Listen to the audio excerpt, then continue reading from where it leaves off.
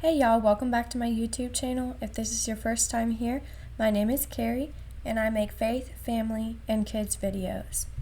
Today's video is going to be a little bit different. I am going to black it out just because I want you to focus on my words and not on what I'm wearing or what I look like. Today I want to address my fellow Christian brothers and sisters. As a white Christian myself, it is embarrassing that I have friends and family who call themselves Christians that respond to the hashtag Black Lives Matter with saying all lives matter. This is not okay. I've done research, I've read my Bible, and I've used common sense. Let me just start off with the Bible reference that I'm going to be reading from today. I'm using the King James Version because it's what I'm most comfortable with, but you can look at it in any version. ESV is going to be the best one for you if you've never read the Bible before. It's going to be closest to the original writings, yet make more sense to an ear that's not used to hearing the Bible. This is found in Matthew 18:12-14. It's also found in Luke. I'm going to read the Matthew version. Verse 12. How think ye, if a man have 100 sheep, and one of them be gone astray, doth he not leave the 99 and goeth into the mountains, and seeketh that which is gone astray? And if so be that he find it, verily I say unto you, he rejoiceth more of that sheep than of the 99 which went not astray. Even so, it is not the will of your Father which is in heaven, that one of these little ones should perish. This is Jesus talking. Jesus is telling his audience what is called a parable. A parable is an earthly story with a heavenly meaning. And Jesus often told these because the church leaders at that time were very high and mighty, and they liked to talk above their audience instead of to their audience. And so Jesus was different. He came to educate people in a way that they could understand it. And so this parable is talking about a shepherd that was in charge of 100 sheep. In this case, Jesus actually compares us to sheep, which is quite comical because sheep are very dumb animals. If a sheep is eating grass and the shepherd was not there to move it, it would eat the grass all around it without moving its feet. And then it would starve to death because it'd be too dumb to know, I have to take a few more steps in order to eat or find more grass. I believe that sheep may be very nearsighted as well. I'm not sure about that. But I do know that the hook on the end of a shepherd's staff is there to catch the neck of the sheep because a lot of the time they like to walk off cliffs. Another example of sheep being dumb. If they're getting a drink of water and they fall in the water, they will drown unless the shepherd pulls them out. They don't have any sense of how to get up, even if the water is only a few inches deep. I tell this story because I think it would be really easy for the 99 sheep that were left behind to be upset and to say, we have needs too. And I'm not so sure why you have to leave us when we have these needs, when we have rights. And it's because that one little one is in danger. That one lost sheep that's gone astray is in danger and it needs saving. Let me give you one more example. I'm a nanny and I love kids. If I was in charge of 100 children and for some reason one of the kiddos got away, I would tell you right now that if there was a little girl part of that 99 that were still there who fell down and scraped her knee, I wouldn't be tending to it with a Band-Aid right at that moment. I wouldn't be calming a crying baby right at that moment.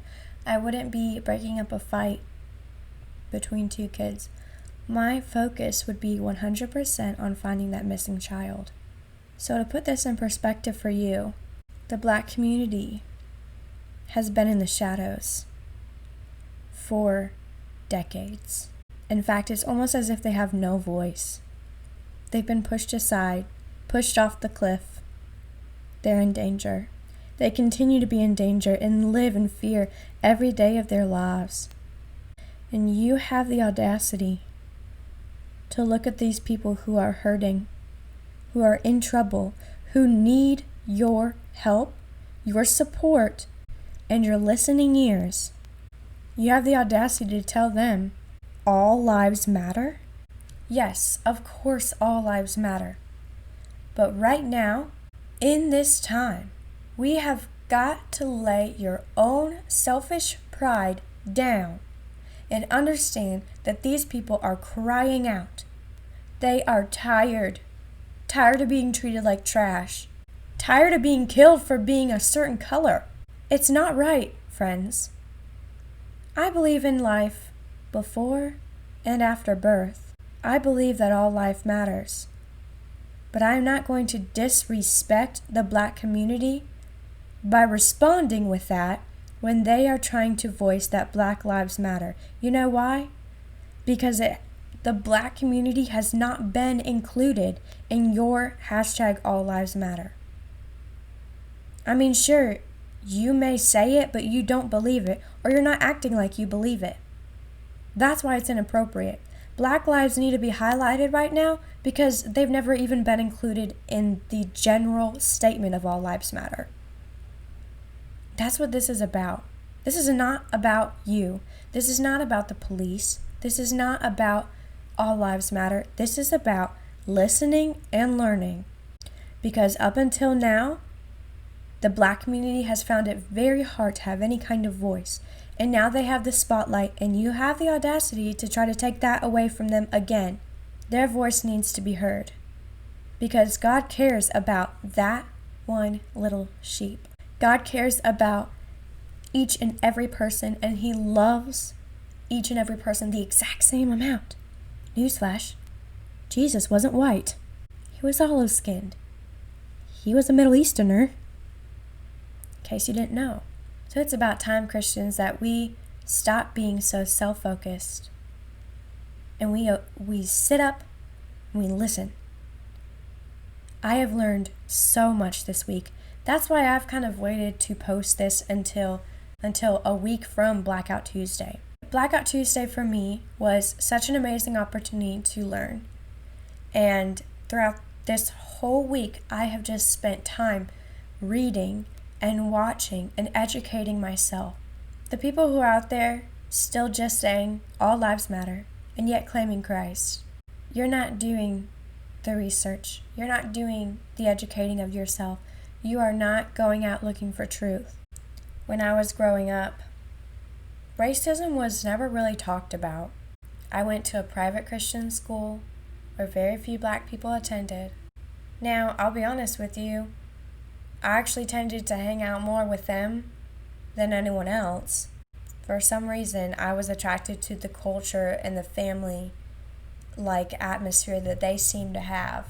But then I went to a college that was the same way.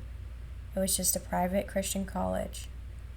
Both of those things were not by my choice, but is what God had me do in that time. Racism was always something that was an uncomfortable topic if it was brought up. And other than that, nobody ever really talked about it. But I'm tired of not doing something just because it's uncomfortable. Or I'm tired of Christians misrepresenting who God is.